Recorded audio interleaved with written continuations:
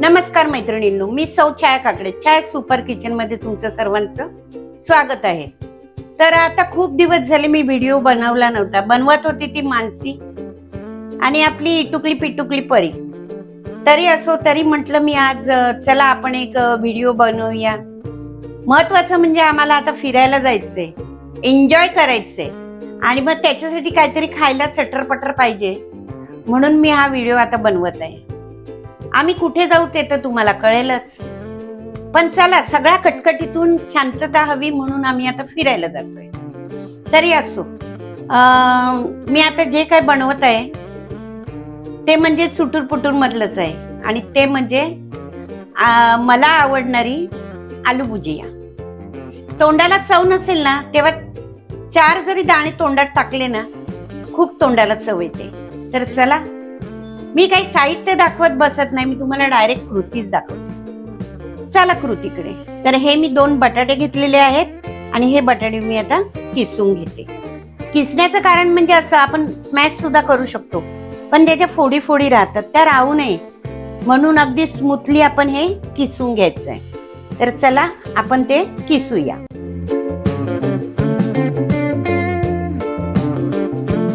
आता हे बघा बटाटे किसून घेतलेत, त्यात आपण चवीनुसार लाल तिखट टाकूया। त्याचप्रमाणे चटकपटक म्हणून आपण त्यात चाट मसाला टाकूया। तुम्ही आमचूर पावडर पण टाका, हरकत नाही।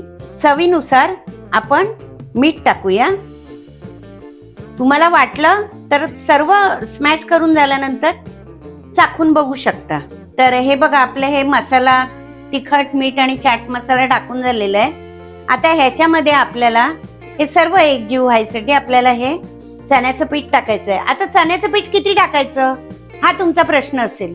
काही म्हणतात 1 कप वापरा, 2 कप वापरा, पण तसं करू नका। तुम्हाला करायचं तर करू शकता, कारण कपाचं प्रमाण म्हटलं ना काही छोटे असतात काही मोठे असतात, मग ते सांगू शकत नाही, किंवा वाटीचं प्रमाण नाही सांगू शकत। तर त्यापेक्षा पीठ मळताना जेवढं त्यात बसेल, फक्त पीठ घट्ट होता कामा नये आणि फार सैलसर होता कामा नये, असं मीडियम पीठ आपण मळूया।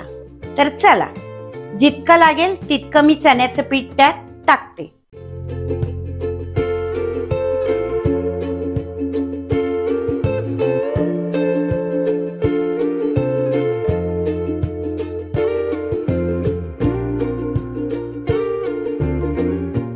हे एक वाडगं भरून होतं पीठ, हे एवढं पीठ शिल्लक राहिलेलं आहे आणि तुम्ही बसवलं असतं तरी अजून बसलं असतं, पण पीठ कडक झालं असतं।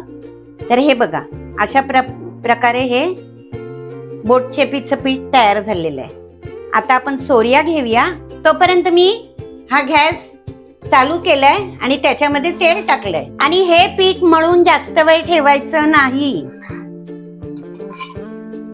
तर सोर्याला ही जाळी जी असते ती खरखरीतपणा आहे ना तो खाली टाकायचा ह्या बाजूला।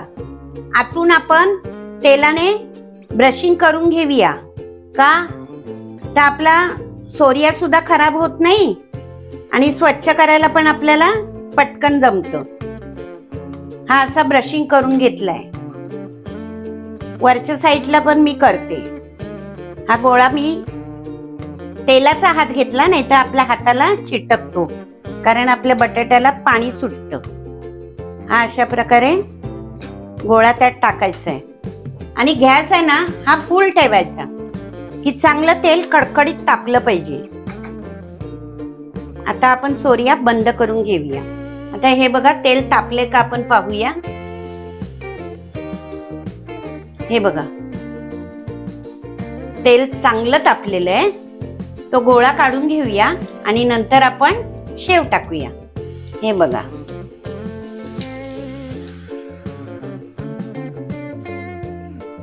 बघा टाकता वेळेस मी गॅस फुल ठेवला होता, आता मी स्लो केलेला आहे आणि हे बघा आपली शेव पण तळून झालेली आहे। आता आपण ती पलटी करूया।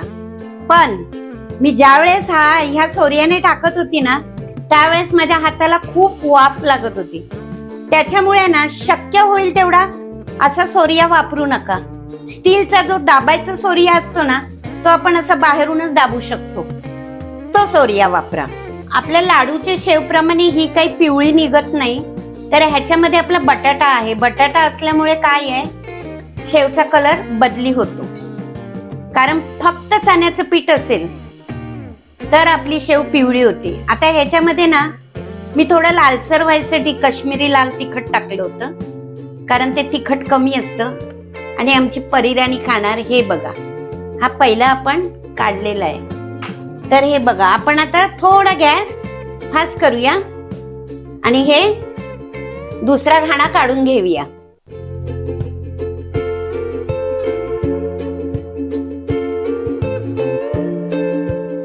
हे बघा, आपला चौथाही ही शेव काढून झालेली आहे. काय, एका सोरियामध्ये 2 होतात, म्हणजेच एका बटाट्यामध्ये 2 होतात, 2 बटाट्यामध्ये 4 होतात. आणि त्याचप्रमाणे 2 बटाट्याला आपल्याला मी दाखवली तेवढी वाटी भरून आपल्याला एवढं कटोरी भरून पीठ लागतं आणि ते घाला. आता माझ्याकडे की नाही हे एवढं पीठ शिल्लक राहिलंय, कारण ते आपल्या सोरियाला म्हणा किंवा काय म्हणतात त्याला, त्या जाळ्या असतात, जाळ्यांना ते चिटकून राहतं. मी आता त्याचे बॉल बनवणार आहे. तर जे पीठ उरलं होतं आपल्या सोरियामध्ये आणि जाळीला, तर त्याचा अशा प्रकारे आम्ही गंमत केली आहे. थोडे बॉल्स बनवलेत आणि आपल्या मानसीने या शेंगोळ्या बनवल्या. तर आता ते थंड झाल्याशिवाय काय खाऊ शकत नाही, पण बॉल तर खूप भारी झालेले आहेत. तर चला, अशा प्रकारे आपण आज ही शेव बनवली. आता ती किती कडक झालीये, कुरकुरीत झाली की नाही हे मी तुम्हाला दाखविलच पुढे. तर हे बघा, आपले हे आलू भुजिया तयार आहे आणि किती कडक झालंय हे बघा. स्ट्रेट आपल्या हातात राहते, अजिबात हलत डोलत नाही. म्हणजे हे किती कडक झालंय ते बघा. आणि आता ह्याचा की नाही बघा किती छान आवाज येतोय. म्हणजे याचा चुरा पण अगदी म्हणजे जसं आपण विकतची आलू भुजिया घेतो कुरकुरीत झालेले आहेत.